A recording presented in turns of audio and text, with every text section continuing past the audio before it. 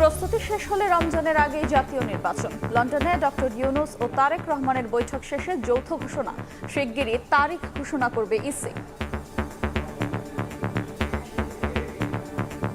সকল প্রস্তুতি সম্পন্ন করা গেলে 2026 সালের রমজান শুরু হওয়ার আগের সপ্তাহেও নির্বাচন আয়োজন করা যেতে পারে। নির্বাচন কমিশন আমরা আশা করব শীঘ্রই একটা তারিখ ঘোষণা।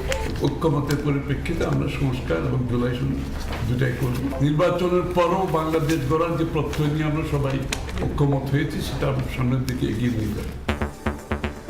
দুই নেতার বৈঠকে ভোটের সময় নিয়ে ঐক্যমত্যে কাটল অনিশ্চয়তা। বিভেদ ভুলে ঐক্য সুদৃঢ় করার আহ্বান মির্জা ফখরুলের।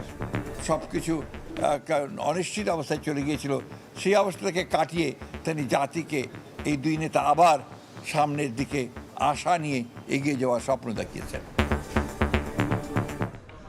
দেখছিলেন প্রধান শিরোনাম। সন্ধ্যার সময় সঙ্গে আছি আমি আফরোজা মৌটুসী এবং আমি কামরুজ্জামান মামুন। এবার অন্যান্য শীর্ষ সংবাদ। ডেঙ্গুতে একদিনে 5 জনের মৃত্যু, করোনা কেড়ে নিল 2 জনের প্রাণ। তীব্র গরমে হাসপাতালে ডায়রিয়া নিউমোনিয়া আক্রান্ত রোগীর চাপ, শিশুদের বাড়তি যত্নের পরামর্শ।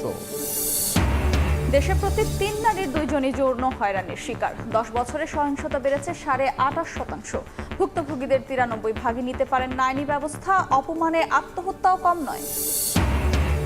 ঈদ আনন্দ সঙ্গী করে এবার কর্মস্থলে ফেরার স্রোত। সড়ক, রেল ও নৌপথে যাত্রীদের ভিড়, দেরিতে ট্রেন ছাড়ায় অসন্তোষ।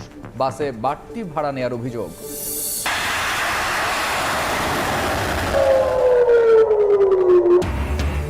আবারও সংঘাতে রক্তাক্ত মধ্যপ্রাচ্য। ইসরায়েলের হামলায় ইরানের বিপ্লবী গার্ড ও সশস্ত্র বাহিনীর প্রধান নিহত।